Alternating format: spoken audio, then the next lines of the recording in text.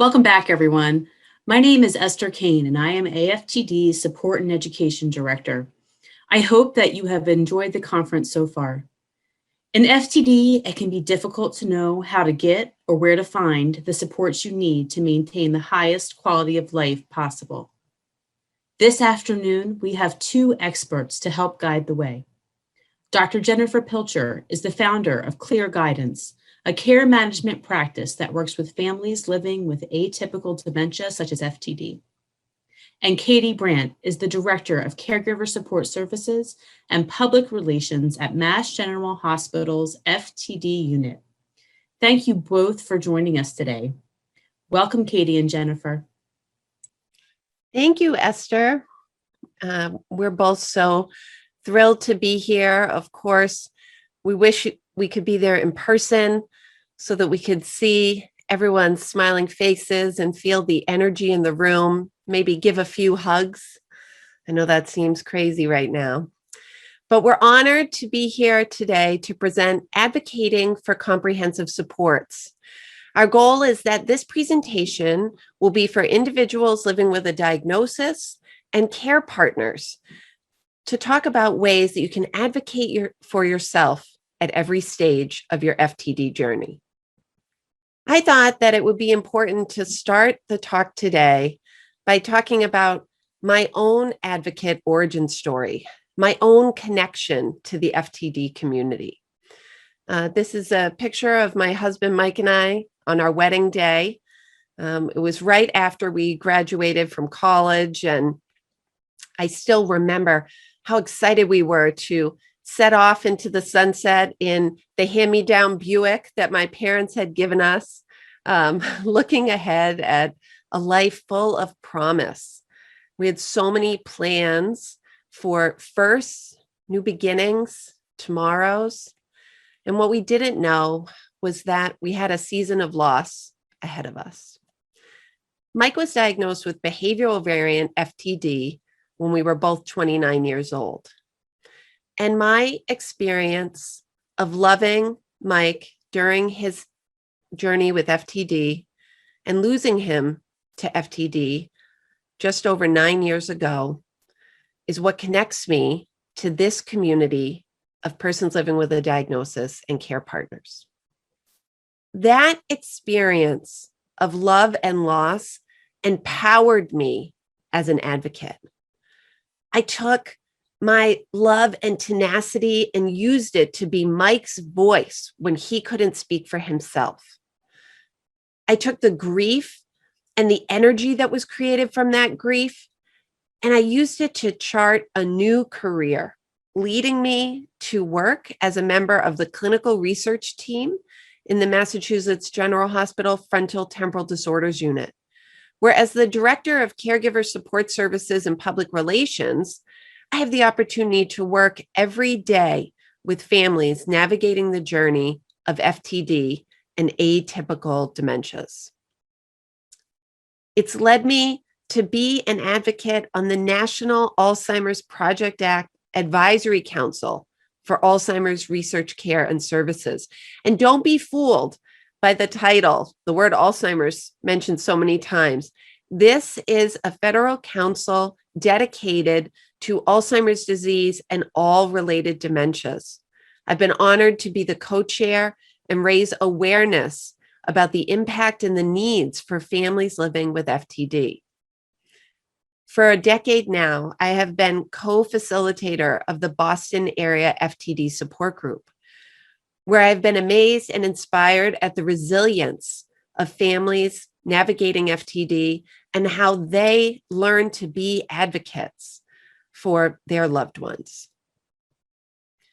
Being an empowered advocate is something like being a superhero. Talk a lot about the origin story that we all have. And when you think about superheroes, the origin stories that they have are stories based in trauma or loss. And that experience, that negative experience, reveals things about themselves that they didn't know. But superheroes aren't perfect. They have faults. They need a break. They have to have a team. And so that's why you can't go into this without a plan. Before we start planning, we need to ask ourselves about the power of advocacy. What does it mean to advocate for yourself or the person you care for? For many of us, being an advocate isn't something that we ever thought that we would take on. So how do we lean into this new role? How can a person with a diagnosis express their wants and values at every stage? Personhood and dignity at every stage. How can the values we hold at the center of our lives be reflected in our care plans? These are all good questions to start your plan. This is just a model. When you think about care planning, you want it to be unique to you. But I hope that this framework will help you think about ways that you can craft a care plan that's the right fit for you and your life. So if you look at the center, what's in the circle, what's at the heart of the plan is the person living with a diagnosis and their care partner. The care partner may be their spouse, their adult child, their best friend. And these are the people at the center of the plan who will define the values, the goals, the direction that the plan needs to take at every stage. And it's important to think about making connections in multiple community areas: the medical community, your disease community, and your home community. And I'm going to go through each one of those. So, medical community. Here I am with Dr. Brad Dickerson and one of our amazing advocates. And when you think about what does a connection with an expert medical team get you? Many of you know that to achieve an accurate diagnosis of a frontotemporal disorder is a challenge. By being with a team that is able to accurately diagnose you, understands your condition, and can help connect you with the right treatment options, you are setting yourself up for good, high-quality care. That trusted medical provider can provide you with strong education. We want you to avoid the midnight Google. AFTD provides amazing educational resources. And in partnership with your healthcare provider, you can find good ways to get the right information for you and your loved one, your diagnosis.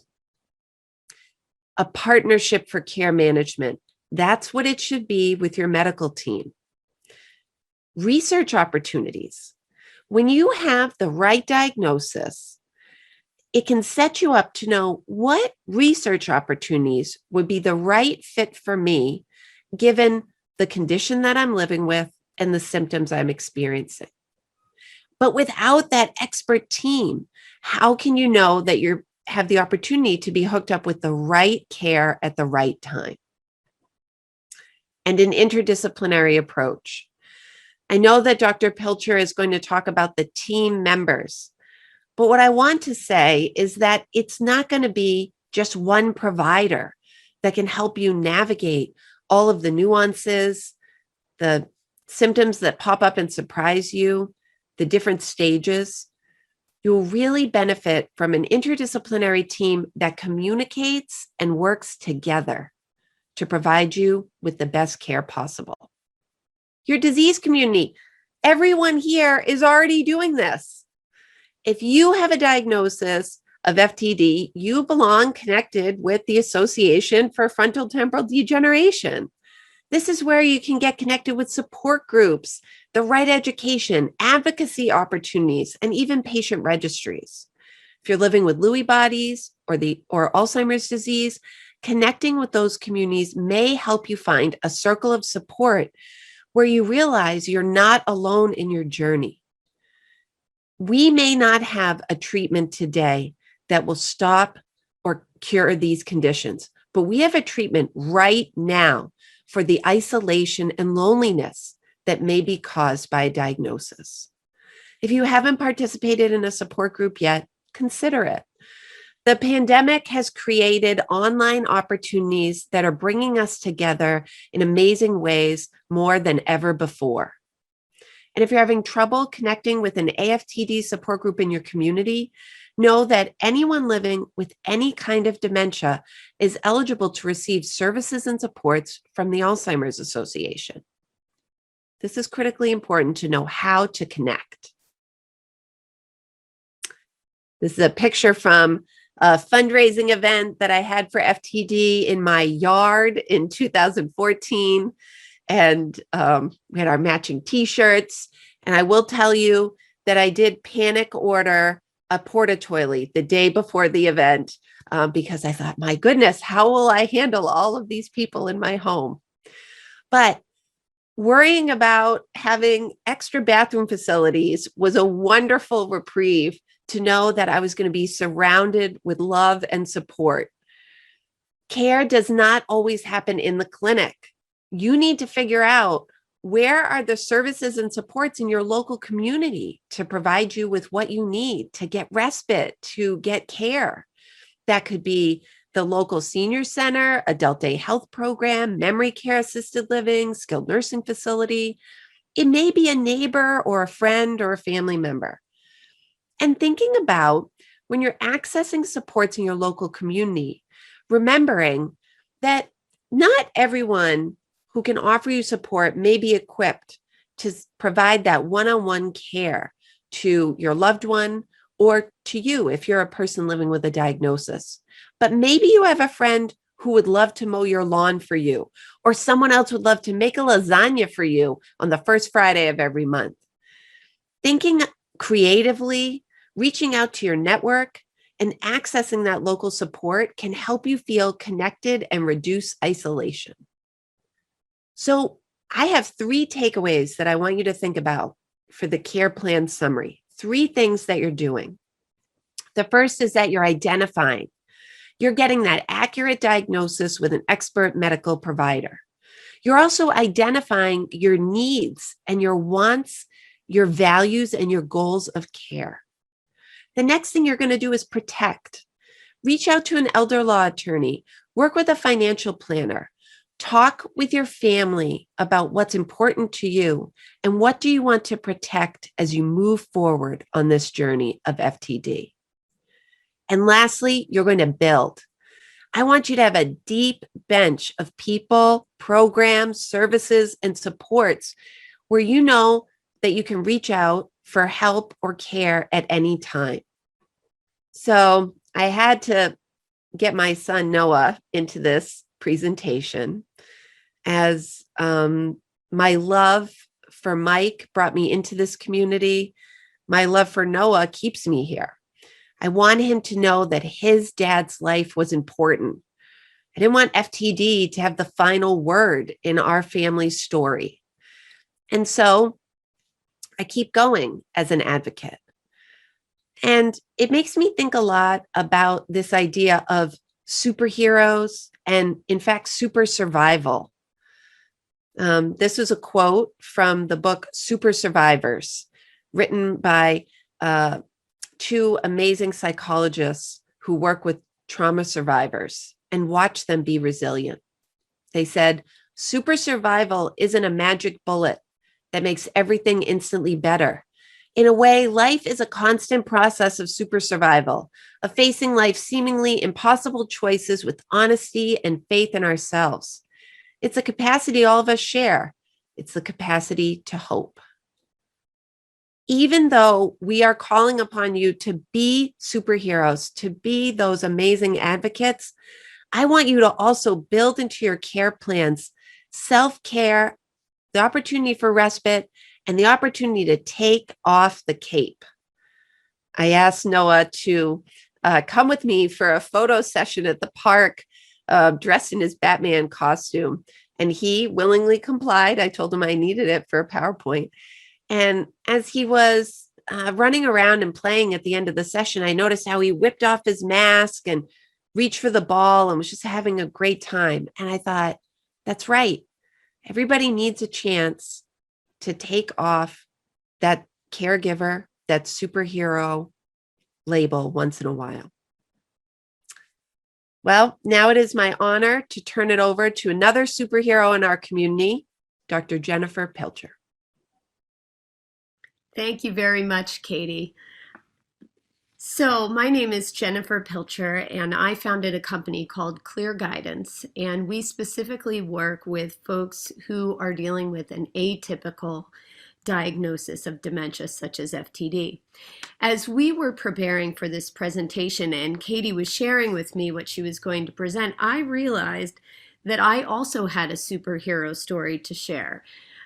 This is a card that a client gave me after working with her on a particularly challenging situation, and I keep it on my desk to this day. My connection to FTD begins with my grandmother, Caroline, who was diagnosed with young onset in her 50s. This is a picture of the two of us sitting outside her home in Westport, Massachusetts, when I was about 2 years old. This is another picture of her taken shortly before she was diagnosed with her superhero advocate, my grandfather, David. David was devoted to Caroline. However, this being the 1980s, the resources and supports were scarce.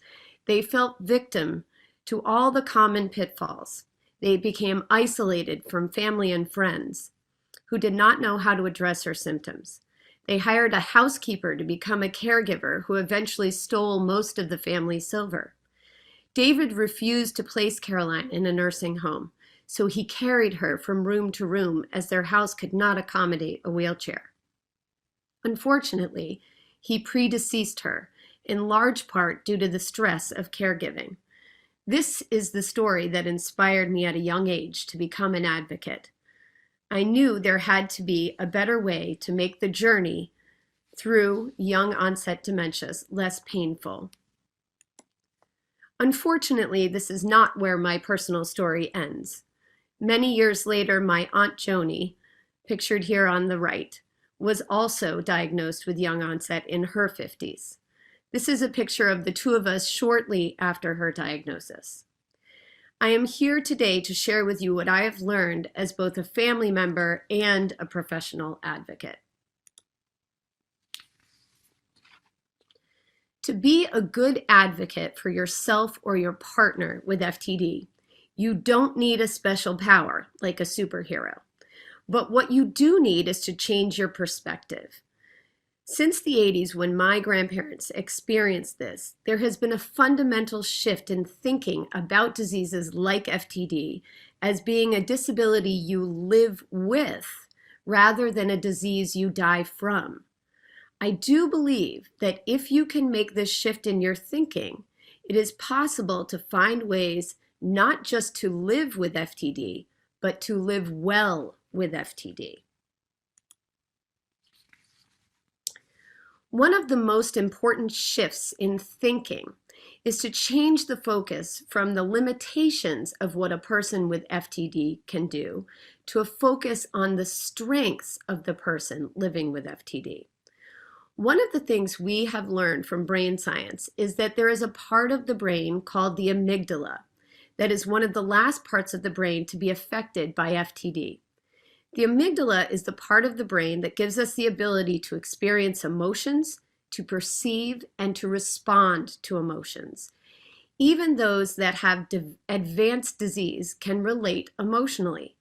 This means that throughout the process of the disease, we can bring about positive emotions for people with FTD by using sensory learning and experiences such as music, art, and movement. Your job as a superhero advocate is not to try and prevent negative emotions or to try and talk a person with FTD out of having negative emotions. Rather, it is to recognize and validate those emotions as they come. As care partners, our instincts are to protect or repair any bad experience or bad feeling. But if you are effectively advocating for a person with FTD, you are allowing them to experience both positive and negative emotions just like the rest of us. Simply recognizing these emotions and teaching others around you to do the same is key to living well with the diagnosis. To be a good advocate, we also need to learn and teach others about what a person with FTD needs to live successfully. Truth is that people with FTD are no different than we are. They experience the same basic human needs that we do. According to doctors Glasser and Powers, human beings have 3 basic needs: the freedom to make choices, to feel love and belonging, and that they have the power to influence the world around them. For people with FTD, having choice and power are perhaps the most important. Many people with FTD have lost the power to choose whether or not to do things like work or drive, things they would have expected to have control over. Being able to choose and having control are needs every person has. But this need is even more profound for people living with FTD who have already experienced losses.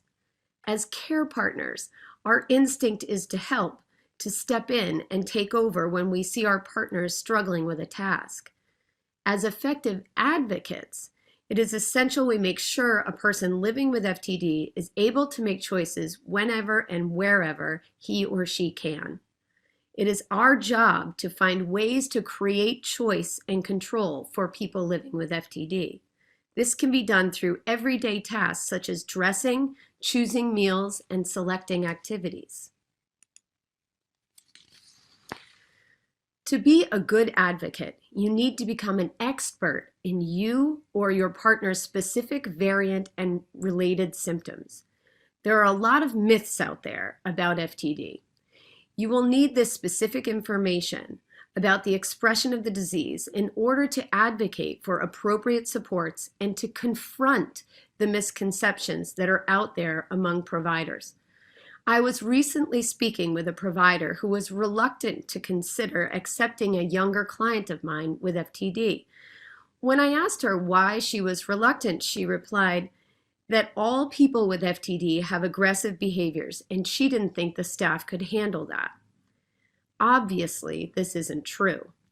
This is just one example of how having general information about FTD and specific details about your symptoms will be very important for advocacy. To live well with FTD, it is essential to continue to engage in social activity and meaningful engagement. This can become challenging if the person living with FTD is experiencing differences in social interactions. People with FTD often appear to be apathetic or lacking empathy when interacting with others. They can seem self-centered or lacking interest in family or friends. On the other hand, they may also make inappropriate comments, be impulsive, or violate another person's personal space by doing things like touching their hair or eating food off of their plate. It is important for you to recognize, understand, and be able to explain these differences to family or friends that are interacting with you so that they can share your understanding and continue to interact comfortably. As Katie mentioned earlier, you need to gather a team of people that are familiar with FTD specifically. It is not sufficient to have providers that know about Alzheimer's or dementia in general. They need to have specific knowledge about how FTD is different and how your experience as an advocate will be different. If you don't have team members that have this specific information, you could be given advice or treatment that is not only not helpful, but potentially harmful. So who should be on your team? I have listed them here on the bottom of the screen. You should have a neurologist, a psychiatrist, a physical therapist, occupational therapist, speech-language therapist, a primary care, a social worker, an attorney or estate planner, alternative therapists like art therapists, expressive therapists, and music therapists, and a care manager like myself. Keep searching until you find the right providers in each of these spaces. One of our most important roles in advocating for you or your partner with FTD is to maintain independence for as long as possible. The number one way to do this is to avoid crisis situations. Learn and be on the lookout for common pitfalls that many people with FTD experience, such as medication errors, falls, or waiting too long to bring in supports. You need to develop a clear understanding of what they call your partner's baseline, meaning how do they function or appear on an average day. This will be critically important when you have to advocate with medical providers about a concern or a change you are noticing. Here is an example of what I'm talking about. I got a call a few days ago from a client that said her sister with FTD had been fine one day and then literally unable to walk the next. By digging into the conversation a bit more, I was able to determine she had been experiencing a low-grade fever off and on for the past 2 days, and the family had written it off to a virus. I was able to advise them to get her to the PCP and do some screening for minor infections. They were able to do that, get it treated, and avoid the emergency room. Most importantly, because the family was familiar with her baseline, they were able to report that when she returned to it.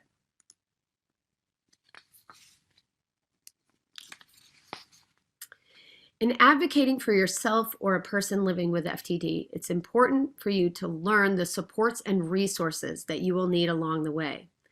This will be one of the more challenging parts of your superhero career, as there are no resources or supports that fit just right for people with FTD. Because of age, there will be issues with eligibility for funding for programs that could cover the cost of care. More importantly, most of the resources that are out there have been designed for older people with Alzheimer's disease. As a result, it will feel like trying to fit a square peg into a round hole. As we discussed earlier, don't buy into the myths that are out there about FTD. Be ready to educate providers as you learn about FTD. Remember, you have rights. You don't have to settle for mediocre resources just because you have FTD. Keep searching until you find the right resource or hire someone to help you get them. I cannot understate the importance of what Katie mentioned earlier about time to take off your cape as a superhero.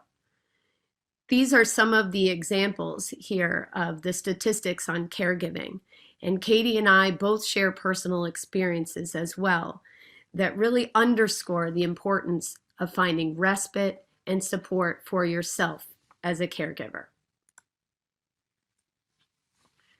Lastly, know that if you are brave enough to live with FTD or are a partner to someone who is living with FTD, you are already a superhero. You are not perfect. No superhero is. You are not alone. Every superhero needs a team of sidekicks. Build your team and rely on it. Thank you all for allowing us both to be part of your day today. Thank you, Jennifer and Katie, for such a wonderful presentation, and to all of you for your questions throughout our conference.